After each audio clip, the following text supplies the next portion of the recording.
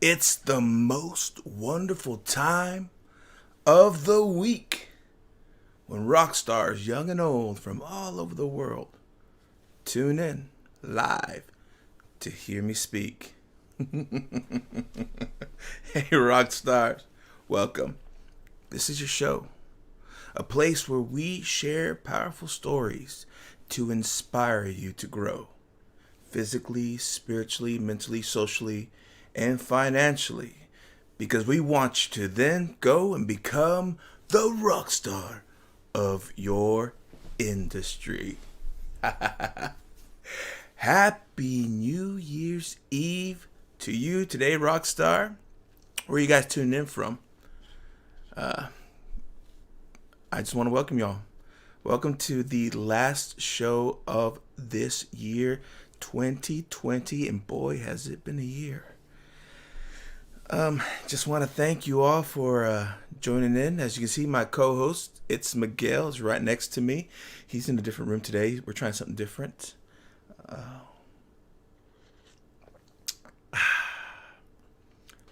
So, how was your Christmas?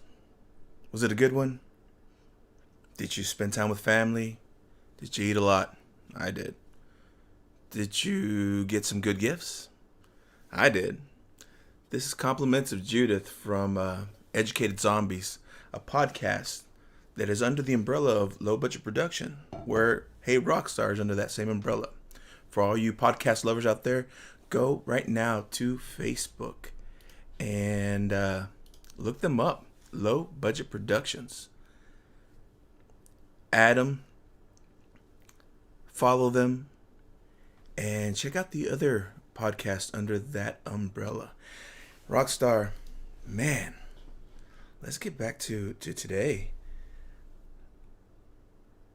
I'm getting ready to go dismiss the old year and call in the new year. Man, I got stories for you. I got stories for you guys. This is episode 13. The new year. Oh, sorry. I should know my own title. This is episode 13. The end of year rant, 2020 edition. I took notes because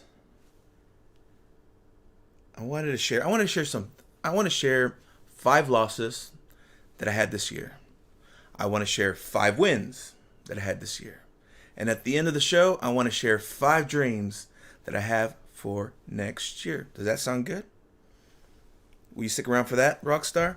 And then we'll let you go off and party hardy. Let me double check something. My mic keeps spiking, so I don't want the gain to be low or to be gone. Is it cool if I leave Miguel there?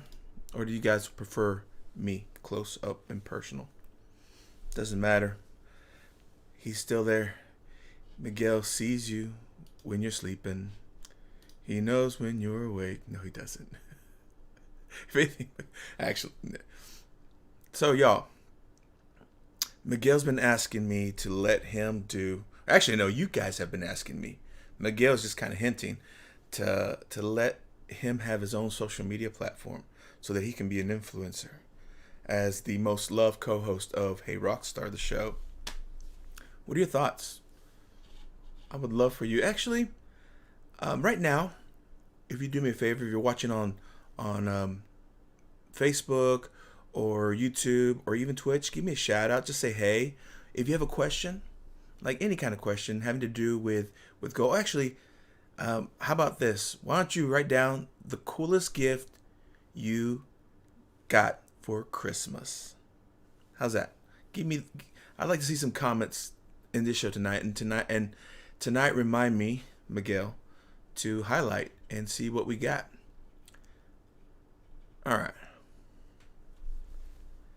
5 losses. Okay. Well, the first one, a lot of people can relate to this. Lost the job. Yeah. Those of you who know, I was involved in the arts here in Nashville. I was a technical director at the Performing Arts Center here. Honestly, I didn't go to school for that. I do have a background in film and performances. And when I was here figuring out a way to pay bills, a friend suggested I hire on. Actually, no, no, no. How about I just tell you the story on how I found TPAC? Basically, my church was did an event at the Tennessee Performance Arts Center, and when I was just there helping, doing what I do best, laying down cable, setting up the cameras, getting everything ready for our performance that we did. And when we were done, one of their one of their technical directors and one of their audio engineers were just making small talk and talking to me, and they're like, "Hey man, you're pretty good at what you do. Do you do this for a living?" I'm like, "No, it's more of a hobby because I mean it's a talent I have and I can use it here." And like, "Well, hey, we could share you some help if you ever consider doing some part-time work. Just grab an application." And actually, he emailed me. He gave me the email of who to contact. And I'm like, you know what? What's a little part-time? I went in, or I emailed the person, my contact, and they called me in for an interview. Well, at least I thought that was an interview. I showed up to this interview, and she basically said, no, you don't have an interview because you came highly recommended by 3 people who work here. The TD, the engineer, and one of my friends who was actually in their digital marketing department. And I at the time I didn't know he worked there, but he recommended me for the job. And so I started working there part-time, stagehand, and I learned that there's a lot of similarities between them and theater. It's just the terminology is different for different things. But once I learned that, it's just getting a handle of it. I was humble and I would tell them, hey, I don't know this, but I'm willing to learn. I learned fast, and I started learning different things, and before you know it, I became one of their flymen, the guys who did the rails. That's actually one thing I wanted to learn. And I remember I became the head flyman for 1 month. 1 month. After that month, the president called me into their office and said, "Hey, we want to offer you a full-time position as technical director." And I'm like, I do I even qualify for this? And they said something that was interesting, and I see it. I kind of get it. They said, you know enough of the technical. We're not worried about that. But what really interests us is your ability to work with people. And that was how I got a job working as a technical director of events at a TPAC. Anyway, of course, at the end, all things must come to an end. And here's the deal. I enjoyed working the shows. I really did. I enjoyed meeting people, great fun, a lot of great memories. But as the pandemic was affecting, I was beginning to see that when we were going back, we weren't going back to performances and shows. We're going back to office hours. And that really wasn't exciting for me.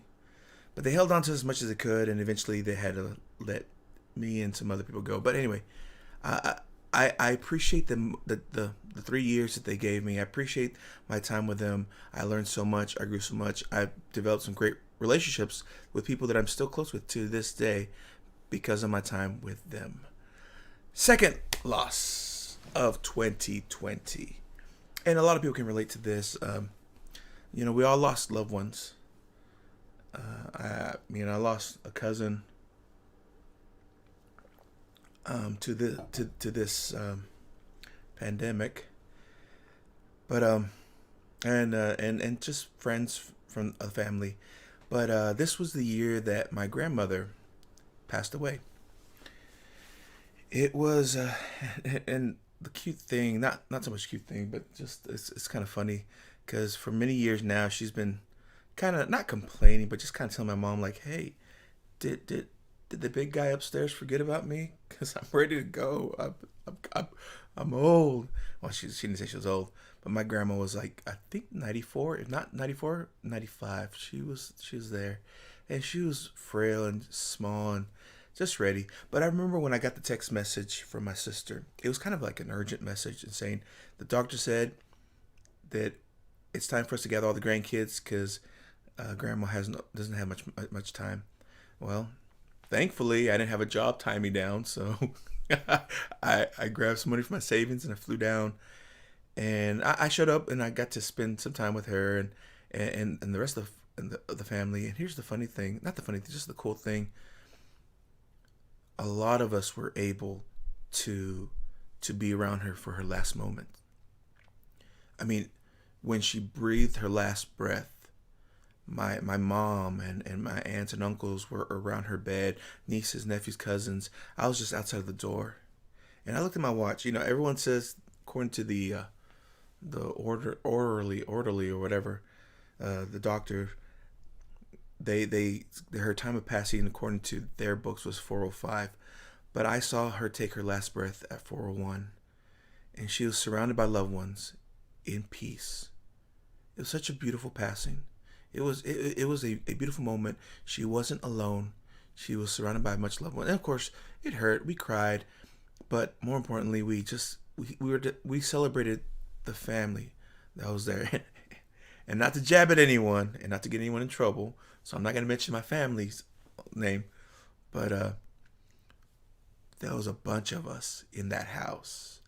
No one wore masks, and no one got the Rona. So I'm just leaving that as is. I'm probably already going to get demonetized because of mentioning that. But I appreciate the fact that I was able to dismiss her and bury her and be there with my family and loved ones. It was a great time that I'm very grateful for. The third loss that I had this year. Now we're going to get a little more into the seriousness. I lost a lot of insecurities. Now it kind of ties in with one of my wins, but any kind of doubt I had in myself, any kind of like, I got to spend a lot of time with myself here during this pandemic. A lot of time when we're just, I had to see the same guy in the mirror because I was the only one. We were working from home, but still I was alone, and I got to learn things about myself. And the more I learned, the more I poured, the more I grew, the more I realized that I could do a lot of things. I could survive a lot. And having that confidence in yourself helps you get rid of insecurities. I had a buddy of mine who even mentioned we went out to dinner, and just the way I held myself in front of everyone. Now, I'm a fairly confident guy, or at least a very talkative person, but my friends would tell me, but at this particular occasion, they said he just noticed how he just like, dude, it's like my inner game is just so secure and on point that I'm not affected by anything, because the insecurities that I lost during this time, I don't know, I can't even explain it until I get into my wins. Maybe it'll make more sense after that, but let's just say I lost insecurities, and that's a good thing. Another loss, and it kind of goes with the first one. I lost my need for validation. I started posting things, and I noticed that people would post things, or at least I would post things, and I would keep, oh, did they like it? They didn't like it? Oh no, what did people? At one point, I just stopped caring or stopped desiring people to acknowledge that they liked whatever I created. I even posted something about not too long ago that was birthed from this moment where actually, let me look up my Instagram. If you go to my Instagram, Josafat Emiliano, as I said, I don't need validation. But oh yeah, this one, I'm not sure if you guys can see the picture, but basically I say, if no one sees or likes what you created, did it happen? Yes, it did, and you should be proud of your work. I got to the mindset that I want to put positive things out into the world. I want to put life-giving things out into the world. I want goodness, and the more I stop caring whether people liked it or not, or whether people appreciate me, because I know who I am now. My insecurities are gone, so because of that, I also don't need you to like me. And I grew up with that fear, I guess. I'm not sure it was a fear,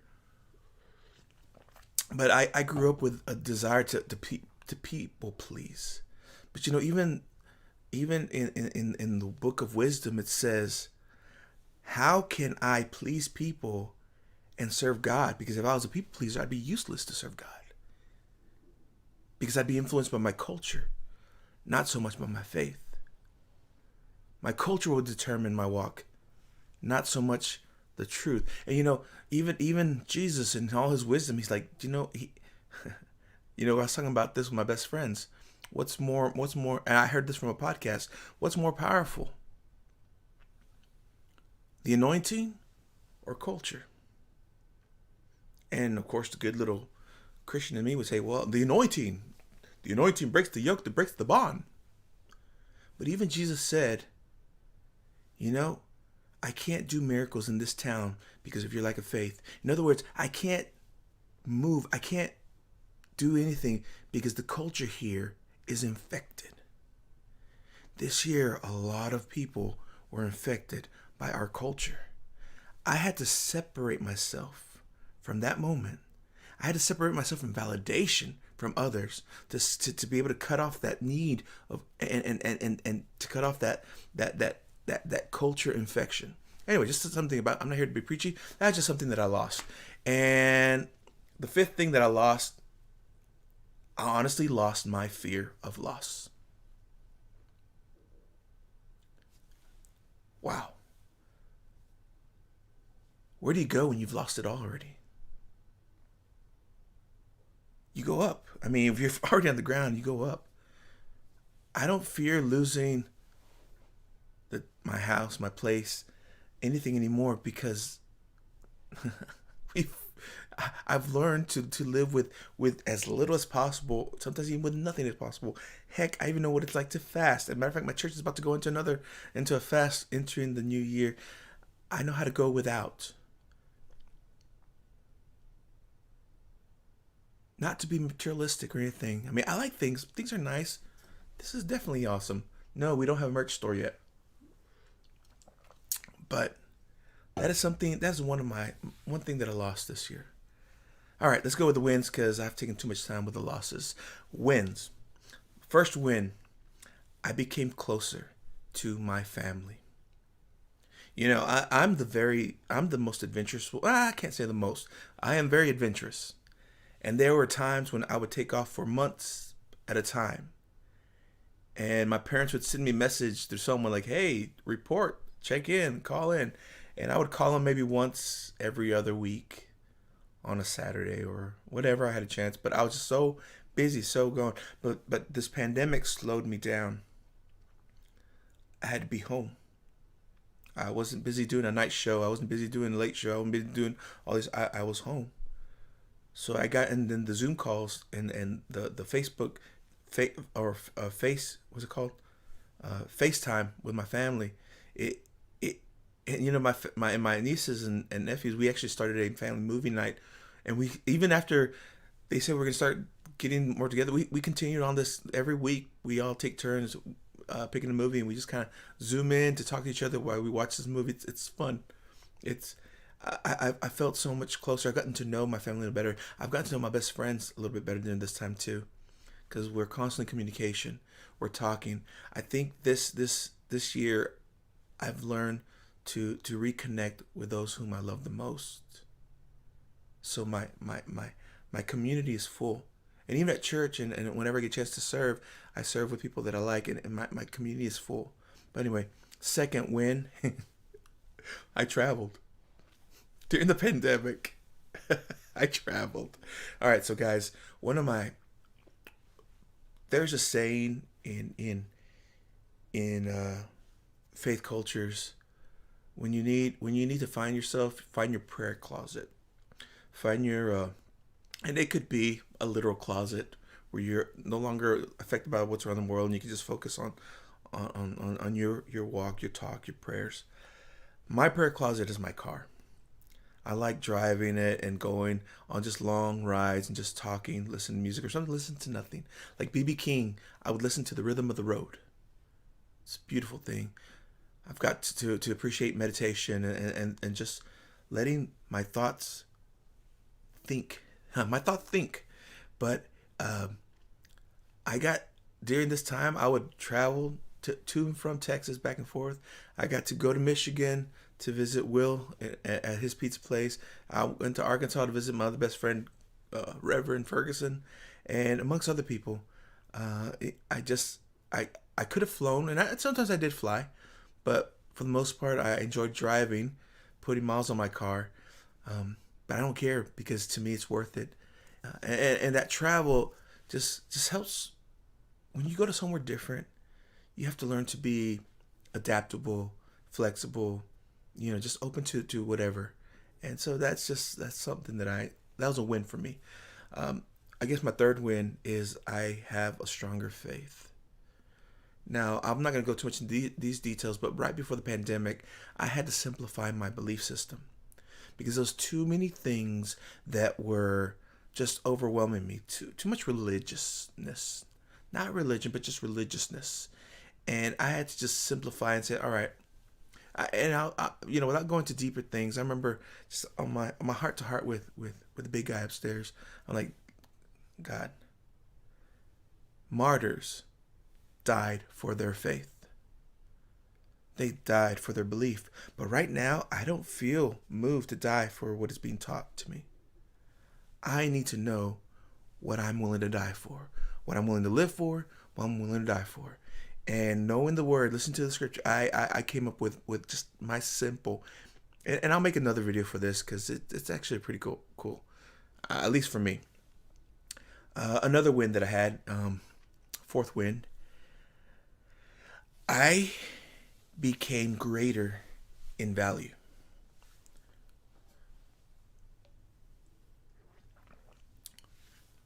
And becoming greater in value, therefore my insecurities left. My need for validation left. My fear of loss left. Because I started valuing myself.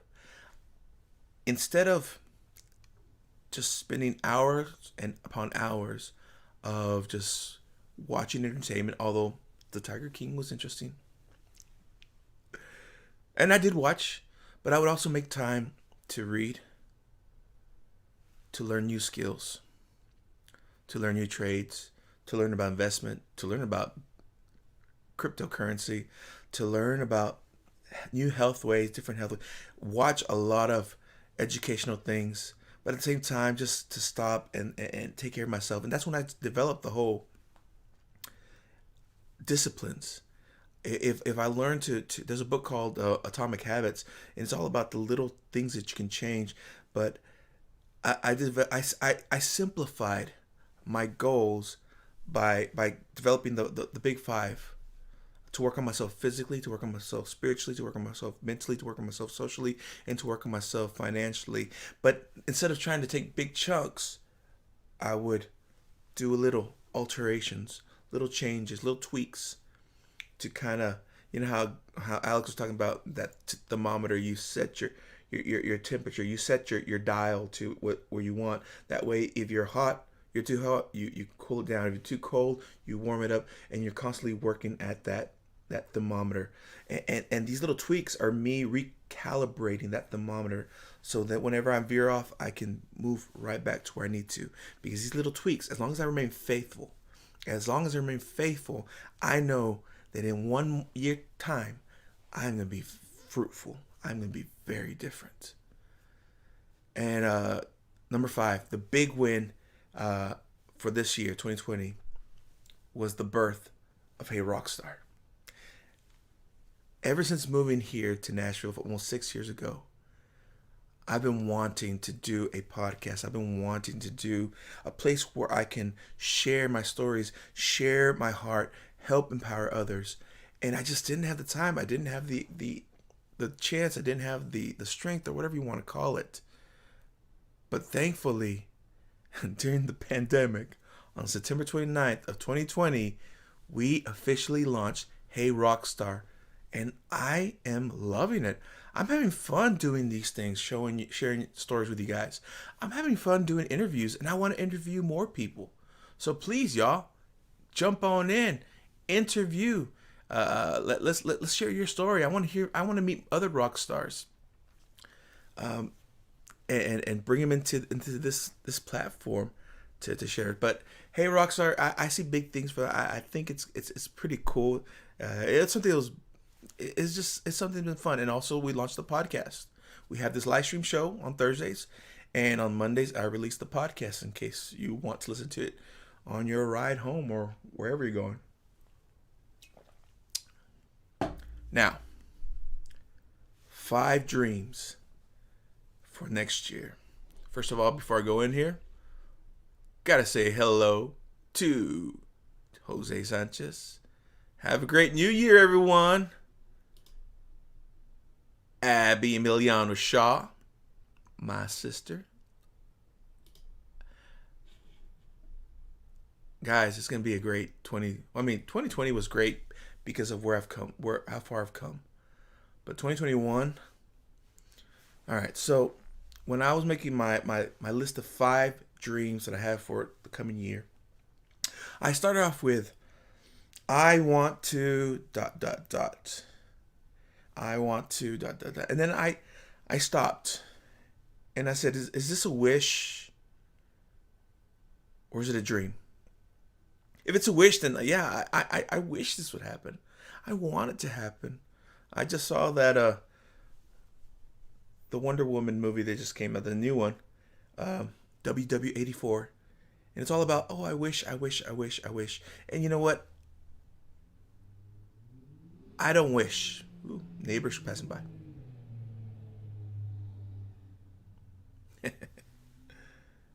So I decided, I scratched out, I want to ... And I said, no, I will. So the first big dream I have for this year, I will document the Big 5 this year. Now, I've been sharing little bits of what I'm doing through this video, but I want to start documenting it, not necessarily everything, but at least enough to give you guys a chance to see my life. Because first of all, it'll hold me accountable. Whenever I'm slacking, you can say, hey, I didn't see you do this today. I didn't see you do your push-ups today. I didn't see you do your affirmations. I didn't see you do your morning formula. I didn't see you. Hey, you didn't wake up early today. Like you said, you're supposed to wake up at 5 every morning, Josafat. So I plan to document it. I'm not sure if I'm going to start a private page for this, and those who want to come into my community, the rock stars who want to be involved, will do it. Or I just might start posting stories on Instagram. We'll figure it out some way. But I will start documenting the Big 5 this year. I don't know what it's gonna look like, but feel free if by the end of January you haven't seen anything, to call me out on it, please. Second thing, I will, as most of you know, I am a keynote speaker. Been dreaming about that, been working on towards that. This is part of the marketing towards that. But I will start booking at least 2 speaking engagements per month. There. The goal's there. Now, if it's more, awesome. If it's big ones, good. But I want to at least, I will start booking at least 2 or more speaking gigs per month. My third dream, I will eliminate bad debt. Now, a lot of you guys this year, during the pandemic, we had to do what we had to do to survive. I had to deplete the savings. They said you need 6 months of savings saved up, right? Well, this thing lasts a little bit longer than 6 months, right? And yet, here we are, and I accumulated some debt, but now that I got a new job and have plans to bring some more income in, as in I will be documenting that with my stories. I got to make it clear, Actually, there's someone that I kind of want. I need to talk to him, see if they'd be interested in being one of my rock stars. But he is a financial person. He knows about balances and budgets, and he's worked for a lot of different companies. He worked for banks, and now I think he's a, I can't remember all the titles, but whenever I need some financial advice, he was a good person to talk to. I'm gonna see if I can get him on the show just to share about debt. But he said something that helped me out. He's like, there's such thing as good debt, and there's such thing as bad debt. Like, I thought all debt was bad. No, there's good debt that you can use to increase. But bad debt is like credit cards and things that we finance that we shouldn't have, things that are liabilities that are just constantly enough, that are just constantly draining us. And my goal is, and I had to. But now that I got something, I got stability, I get breathing. Let's work towards eliminating that in record time. So this year, I want to eliminate all bad debt, or at least convert them into good debt. And the good debt makes money. Anyway, it's not about money. It's about being financially wise, financially educated. 4, and I need your help for this. We will make Miguel famous. We will make this guy famous. I have a few ideas. Feel free to share a few ideas too. It's going to be some fun stuff that we want to do, but we want to make this boy, my co-partner, the co-host, everyone's favorite co-host of Hey Rockstar. We want to make him famous. Ain't that right, buddy? Yeah. And the final dream that I have for this one, it involves you also. At the end of next year, 2021, hashtag, at the end of next year, 2021, hold on, let me do this. Boom. Hashtag make Miguel famous. Give me a 5 in the chat if you're up for that.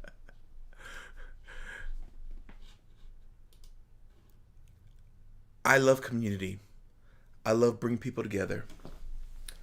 I love partying it out, y'all. So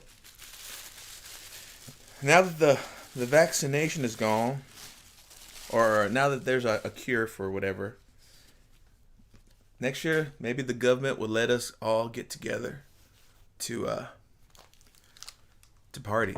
So I want to throw a massive end of year party next year, at the end of next year. We're talking about music, we're talking about cake, we're talking about renting something big. And I want to invite all you rock stars to come. I can't wait to see. I want to hear the stories. I would love to invite every person that I've interviewed and will interview. I want them to just come down here and share their stories and be just get to know others. Like I said, I love community. I love getting things together. Now I'm trying this blind, y'all. I mean, I do have a camera here, but it's weird to see the reflection because it's actually like not backwards like I'm used to seeing on the mirror. It looks decent. Oh, there we go. Let's get that little fishtail up. Boom. Well, I'm getting ready to go finish this year, guys. There's a few loved ones that we're going to meet up. We're going to sing some songs. We're going to celebrate life. We're going to celebrate that we made it this far. How's that, Rockstar?